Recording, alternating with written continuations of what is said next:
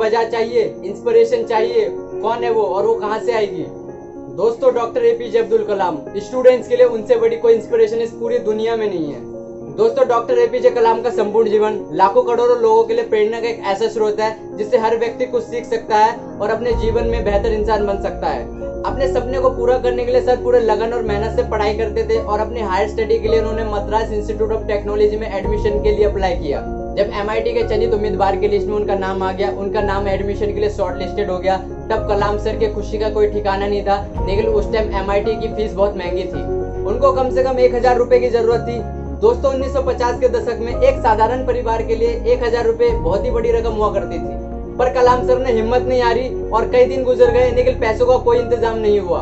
धीरे धीरे दाखिले की तिथि भी नजदीक आते जा रही थी और तभी अचानक से एक दिन पैसों का इंतजाम हो गया। कलाम सर भागे भागे घर आए और अम्मी से पूछा कि कितने पैसों का इंतजाम कैसे हुआ। तभी उनकी अम्मी ने बताया कि उनकी बड़ी बहन जोरा ने अपने सोने के कड़े और चैन बेचकर पैसों का इंतजाम किया। अपनी बहन के ऊपर उम्मीद, विश्वास और स्नेह देखकर कलाम सर की आंखों से आंसू झलकने लगे।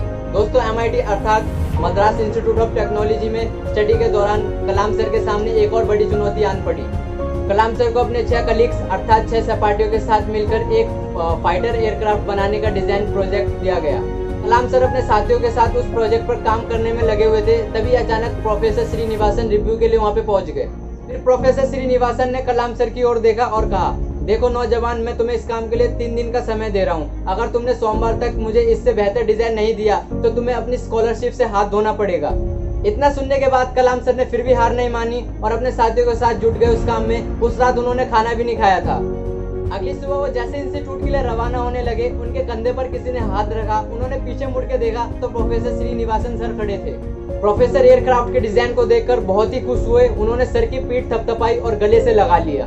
फिर प्रोफेसर श्रीनिवासन कलाम सर को अपने घर ले गए और मद्रास की स्पेशल चाय पिलाई। फिर कलाम सर से बोले, मैं जानता था इतना कम समय देकर मैंने तुम पे दबाव डाला, लेकिन मैंने उम्मीद नहीं करी थी इतने कम समय पर तुम इतना बढ़िया काम कर दिखाओगे। दोस्तों, हर एक इंसान की जिंदगी में मुश्किलें आती हैं, कठिनाइयाँ आती है, चुनौतियाँ आती है। अधिकतर लोग इन मुश्किलों और चुनौतियों को देखकर घबरा जाते हैं, टूट जाते हैं और बिखर जाते हैं। नहीं, कुछ लोग डॉक्टर कलाम सर की तरह होते हैं। वो हिम्मत से हर मुश्किल और चुनौतियों का सामना करते हैं और ईमानदारी से परिश्रम करते हुए जीवन में आगे बढ़ते हैं। दोस्तों, हिम्मत और मेहनत ये तो ऐसे हथियार हैं जो इंसान को योद्धा बनाते हैं। काश हर हिंदुस्तानी के दिल में जलतू ही लौ को पर लग जाए और इस लौ की परवाह से पूरा आसमान रोशन हो जाए।